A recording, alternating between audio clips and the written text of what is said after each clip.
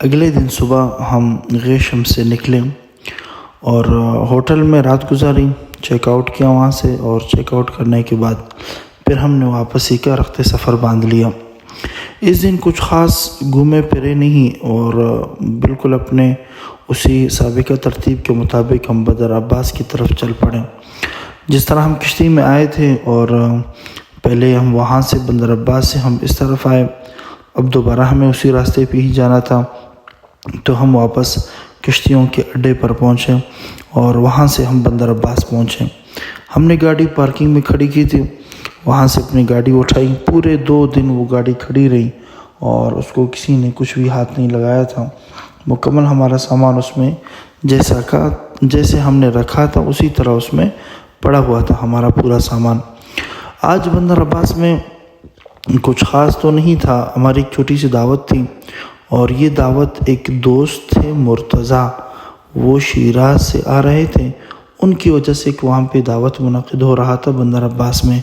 تو جو ہمارے دوست تھے حمزہ بھائی، مرتضیٰ پھر ان کے دوست تھے، تو مرتضیٰ نے کہا کہ بھئی میں آ رہا ہوں، آپ بھی وہیں پہ ہیں تو آپ رکیں، رات کا کھانا ساتھ میں کھائیں گے، پھر ہم زیدان جائیں گے۔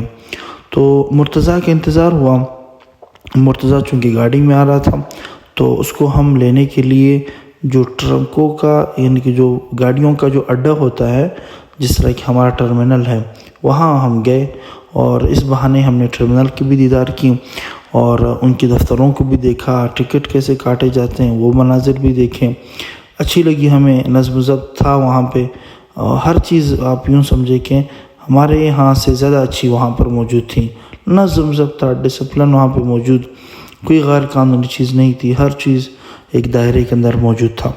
تو وہاں ہم پہنچے، ہم نے ٹکٹ کاٹا اور پھر مرتضیٰ بھائی کو لے کر کے ہم کچھ سمندر کا ہم نے سیر بھی کیا، جو ہم نے پہلے بھی کیا تھا۔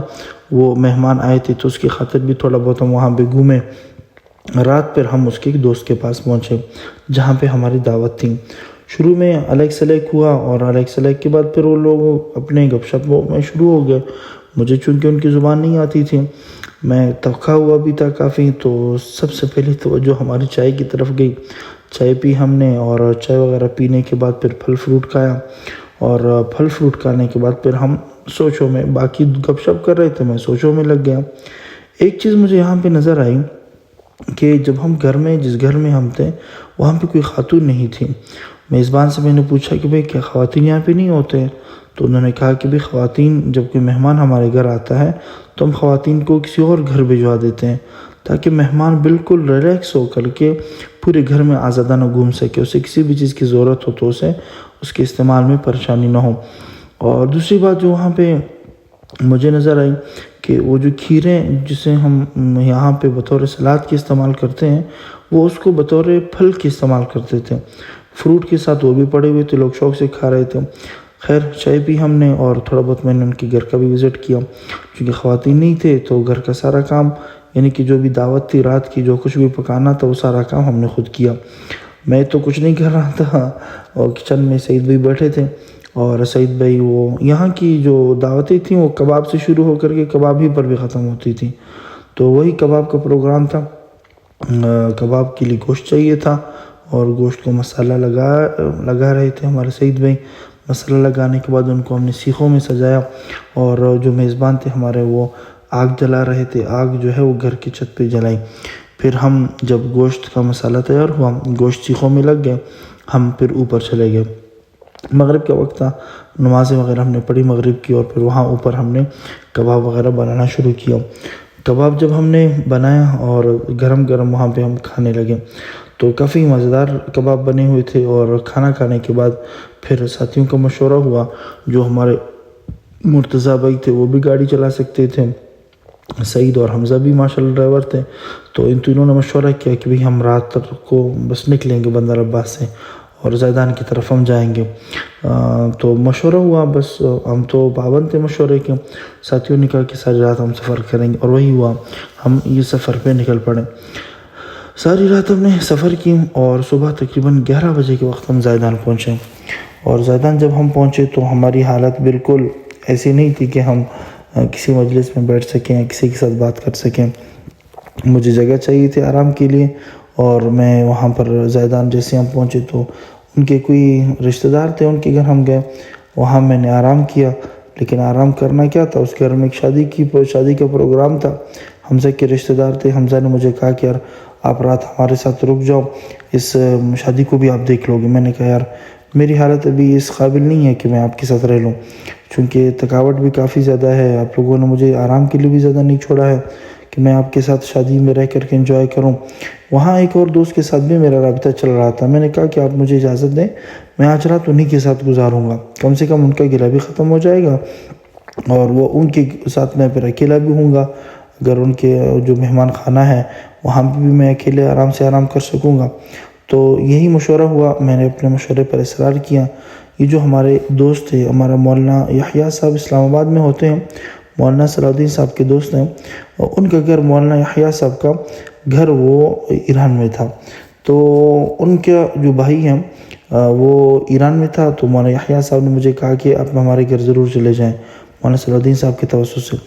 تو ہم وہاں جب ہم ان کے بھائی کے ساتھ رابطہ کیا، ان کے بھائی آئے، خود انہوں نے مجھے پک کیا، اور بہت اچھے انسان تھے، میں نام ان کا بھول رہا ہوں، ان کا نام کیا تھا، بہت اچھے زبردست انسان تھے۔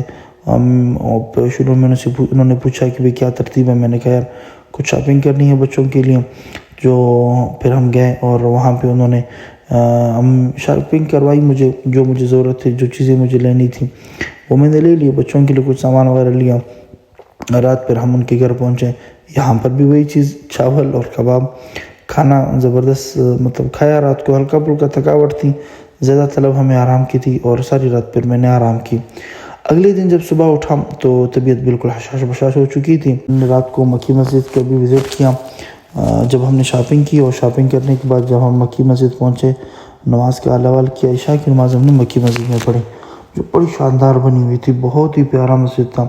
مولانا عبدالحمید صاحب کی یہ مسجد تھی، مدرسہ بھی تھا۔ میں نے طلباء سے تھوڑا سا الاول کیا، لیکن طلباء نے خاص مجھے رخ نہیں دیا۔ وہ جب میں نے پوچھا وہاں پہ کہ یار جو توقع ہمیں اوروں سے تھی وہ ہمیں اپنوں سے نظر آ رہی ہے، تو انہوں نے کہا کہ یار یہاں پہ علماء کے بارے میں معاملات کافی پیچیدہ ہیں، یہاں پر ہر شخص کو یہ لوگ مخبر اور ایجنسی والا سمجھتے ہیں، اسی لیے وہ کھل کے بات نہیں کرتے ہیں۔ ایک پٹھان تھا ہلمند کا، میں نے اسے کہا یار مجھے مدرسہ دکھاؤ، تو بس وہ ایسے جان چھڑانے والی باتیں کر رہا تھا، وہ کھانے کی جگہ ہے، وہ ہمارے پڑھنے کی جگہ ہے۔ اندر سے جو مجھے طلب تھی جس چیز کی کہ میں اندر سے ان کمروں کو دیکھوں اور کیمرے کی آنکھ میں محفوظ کر کے اپنے پاکستانی دوستوں کو دکھاؤں، لیکن وہ طلب میری پوری نہیں ہوئی۔ میں بالکل موبائل بھی نہیں نکال سکتا تھا، تھوڑا سا ایسے مطلب ایک گٹھن کی سی وہاں پہ احساسات تھے لوگوں کے۔ چلو جو بھی ہیں، لازمی بات ہے آپ جب اقلیت میں ہو اور آپ ایسے ملک میں ہو جہاں پہ پورے اسٹیٹ کو صرف آپ ہی سے خطرہ ہو، تو آپ ہر طرح سے اپنے محتاط رہیں گے، کوشش یہ ہوگی آپ کی کہ کسی کو مجھ سے گلہ نہ رہے۔ تو رات ہم نے پھر وہی دوست کے ہاں گزاری، صبح جب ہم اٹھے اور پھر میں میر جگہ کی طرف نکل پڑا۔